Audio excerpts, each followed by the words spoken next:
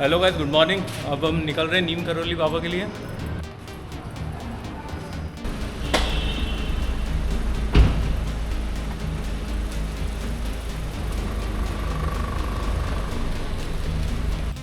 ये है हमारा रोड मैप। इसको देख के आप जान सकते हो कि हम किस रूट को फॉलो करने वाले हैं। हम 3 लोग आज नोएडा से स्टार्ट करके अपनी जर्नी को मुरादाबाद बाईपास होते हुए रुद्रपुर, उसके बाद हल्द्वानी, उसके बाद भीमताल होते हुए हम कैंची धाम पहुँचेंगे आज। क्या विचार हैं आपके? मैं हूँ अभी कैंची धाम से 35 किलोमीटर पहले और मैं अभी रुका हूँ यहाँ पे भुट्टे खाने के लिए।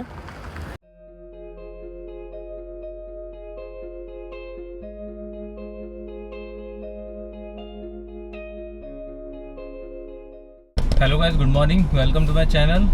आज मैं जा रहा हूँ नोएडा से नीम करौली बाबा कैंची धाम। आज हम 3 लोग जा रहे हैं। ये आगे डॉक्टर चौबे हैं, पीछे डॉक्टर सुनील यादव।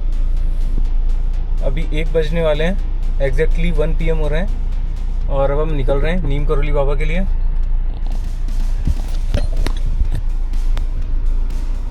ओके, हर हर महादेव, जय जय सिया राम। अब मेरी यात्रा स्टार्ट हो रही है।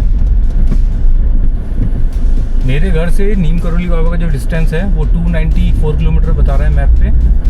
देखते हैं कितना टाइम लगता है पहुंचने में।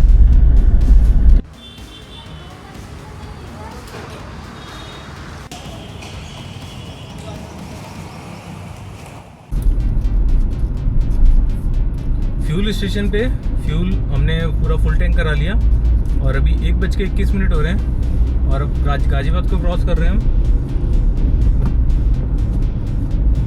आज गर्मी बहुत ज़्यादा है। देखते हैं कितना टाइम लगता है पहुंचने में हमको। क्या विचार हैं आपके? काफ़ी नेक विचार थे आपके।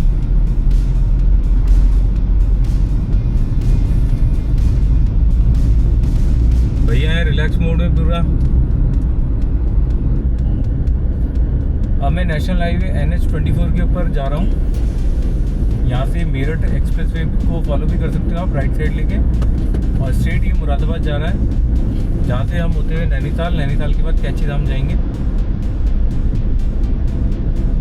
एग्जैक्ट राइट साइड में जो हाईवे है वो मेरठ जाता है और हमें स्ट्रेट रखना है क्योंकि हम जाएंगे कैंची धाम। मतलब देखिए, हम जा रहे हैं नैनीताल कैंची धाम और बाबा के बारे में हमने काफ़ी कुछ सुना है, इसलिए आज मेरे फ्रेंड हैं ये विनीत और ये डॉक्टर चौबे। कैंची धाम जाने के लिए मैं तो नोएडा ही रहता हूँ और डॉक्टर चौबे उदयपुर रहते हैं। ये वहाँ से आए थे, 2 दिन पहले आ गए थे। और डॉक्टर सुनील जो हैं ये मॉर्निंग में आए थे। इनको भी काफ़ी टाइम से जाने का मूड था। सडन एकदम प्रोग्राम बना हमारा। फिर मैंने सोचा कि इसने पाप बहुत कर रखे हैं हमारे होम्योपैथी डॉक्टर ने, तो सडनली हमने सोचा कि चलो बाबा के यहाँ दर्शन करके आते हैं। ये पहला टोल टैक्स है हमारे रास्ते का, जिसे कि छजारसी टोल टैक्स बोलते हैं। फास्ट ट्रैक सिस्टम होने के बाद भी घंटों लाइनों में लगना पड़ता है। इसको भी अब हटाना चाहिए गडकरी जी को। अब सैटेलाइट सिस्टम का इंतज़ार कर रहे हैं हम।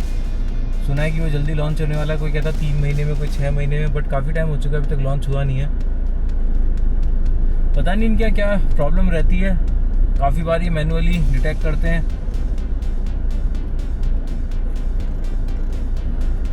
15 मिनट हो गए हमें यहाँ खड़े खड़े। फास्ट टैग लगने के बाद भी यहाँ बहुत लाइनों में लगना पड़ता है।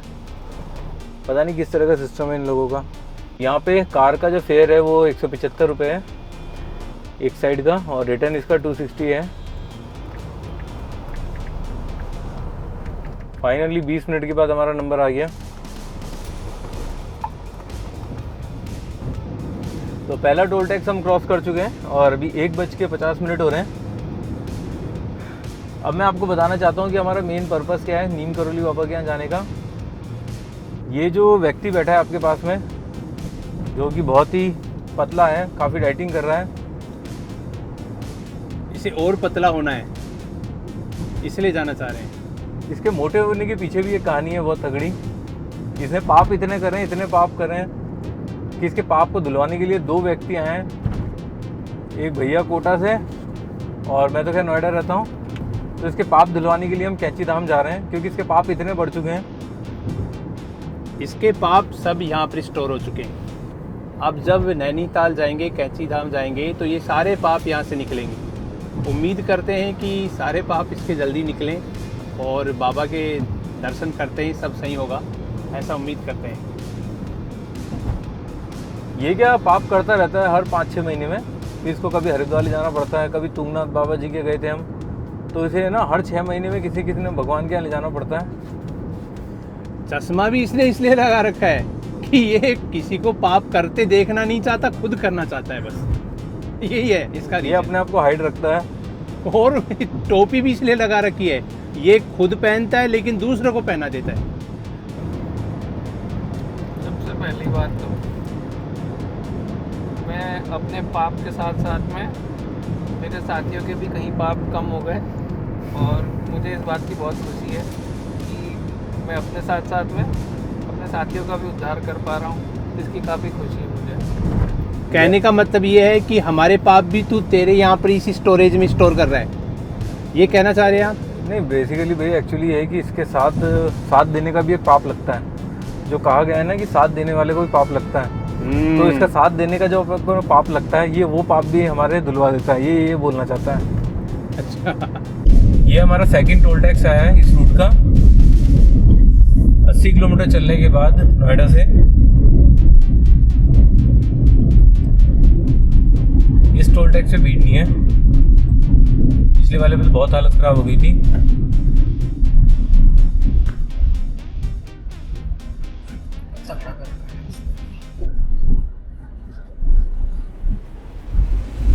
ओनली फॉर कार लिख कर इन्होंने लिखा लगा दी है। हाँ, इसलिए गाड़ी निकल पाया था। ये वैसे बहुत सही बात भी है भैया, ये कार ट्रक से बच जाते ना अपन, इसलिए ये हर टोल टैक्स पे होना चाहिए कि कार के लिए ना लगो। है हर जगह, लेकिन वो वहाँ प्रॉपर फॉलो नहीं होता। वो फिर कार वालों को भी तमीज दिखानी चाहिए, दूसरे की ना घुसे। सही बात है। यहाँ का टोल फेयर है 120 रुपये।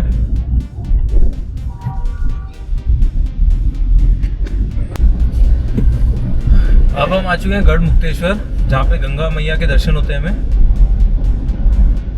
ये दिल्ली से 100 किलोमीटर पड़ता है। इसे छोटी गंगा भी बोला जाता है। रंग पिक्चर वाली नहीं, असली वाली।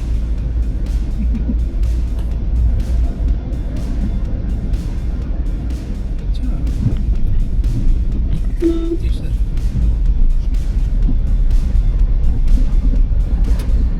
ये है गंगा मैया, हर हर गंगे।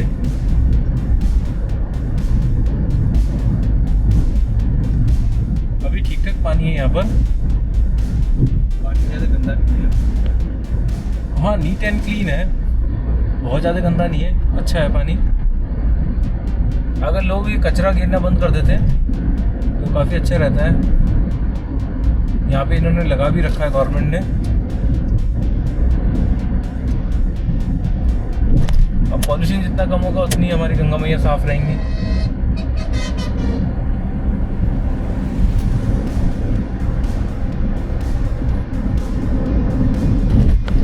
115 किलोमीटर चलने के बाद ये हमारा थर्ड टोल टैक्स आया है, और इसका जो फेयर है कार का वो 70 रुपीज़ है वन साइड का। और ये जो जगह है जेपी नगर अमरोहा से पहले आती है, और अभी हम टोटल 115 किलोमीटर चल चुके हैं।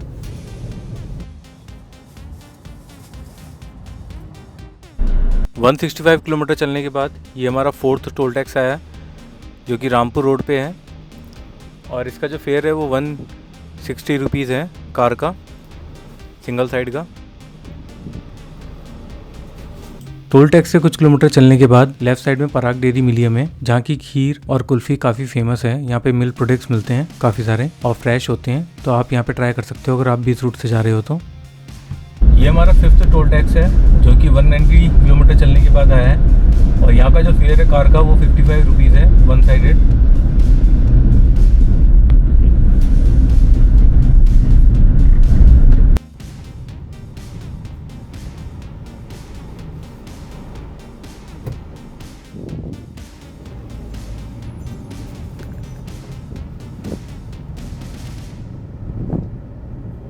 टोल टैक्स आया है 240 किलोमीटर चलने के बाद। ये हमारा 6 नंबर का टोल टैक्स आया है, जिसका कि कार का फेयर है 65 रुपीज़। और ये पंतनगर क्रॉस करने के बाद आता है। काफ़ी वेल मेंटेन है ये पूरा पंतनगर, और बहुत ही अच्छे फूल खिल रहे हैं। अभी मौसम बहुत ही अच्छा है यहाँ पे, बहुत ही नीट एंड क्लीन सिटी है। 265 किलोमीटर चलने के बाद हल्द्वानी सिटी को मैंने क्रॉस करा है, और यहाँ से हिल एरिया स्टार्ट हो जाता है। और यहाँ पे हल्द्वानी में एक स्टेडियम भी है, तो यहाँ से बेसिकली हिल एरिया स्टार्ट होता है। और बहुत ही अच्छा लग रहा है यहाँ पे, एनवायरनमेंट बहुत अच्छा है अभी। और मेरे यहाँ से अभी 1 घंटे 45 मिनट का रास्ता बाकी रह गया है कैंची धाम का। ये लेफ़्ट साइड में मेरे स्टेडियम है, बहुत ही ब्यूटीफुल लोकेशन में बनाया हुआ है ये स्पोर्ट्स कॉम्प्लेक्स। इसका नाम है Indira Gandhi international sports complex. और वो हमें पहाड़ी दिखना स्टार्ट हो गई है। हमें चलते चलते शाम हो चुकी है और कुछ देर में अभी अंधेरा होने वाला है। यहाँ से अभी नीम करोली बाबा की दूरी लगभग 40 किलोमीटर के आसपास बची है। इस ब्रिज को क्रॉस करने के बाद हमें किसी ने बताया कि यहाँ पे काफ़ी अच्छे भुट्टे मिलते हैं, तो अब हम रुके यहाँ पे भुट्टे खाने के लिए। हमने अपने हाथों से यहाँ पर खुद के लिए भुट्टे सेके। यहाँ पे गुप्ता जी की स्टॉल है, जो कि इंसान भी बहुत अच्छे हैं, और हमें सारा गाइड करा इन्होंने यहाँ पर। तो अब हम अपने लिए भुट्टे प्रिपेयर कर रहे हैं, और कुछ देर यहाँ पे रुककर भुट्टे खाने के बाद हम अपनी यात्रा पे कंटिन्यू करेंगे। यहाँ से 35 किलोमीटर बाकी रह गया है अब नीम करोली बाबा।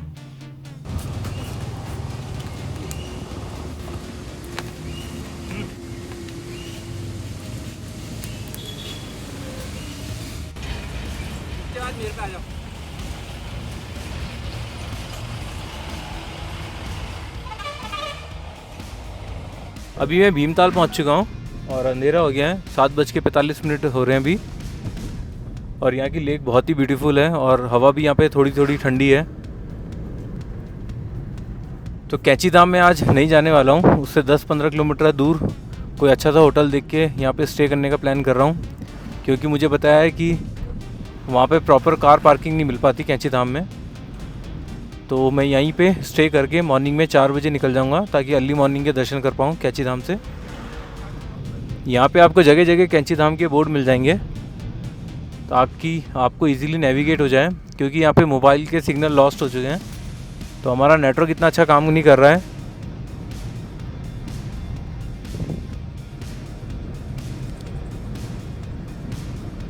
बट एनवायरनमेंट बहुत ही अच्छा है यहाँ पे।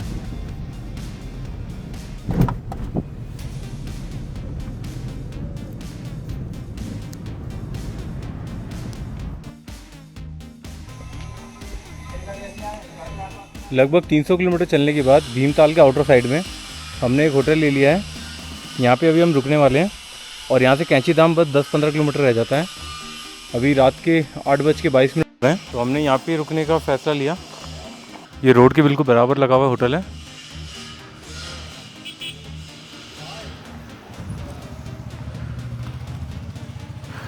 यहाँ पे हम 3 लोग हैं। 3 लोगों के लिए 3,500 बोल रहे थे पहले, बट ये 2,500 में इन्होंने रूम प्रोवाइड करा है। यहाँ पे खाना पीना भी मिल जाता है, तो काफ़ी अच्छा है ये लोकेशन वाइज भी, और बहुत ही ब्यूटीफुल सा है, छोटा सा।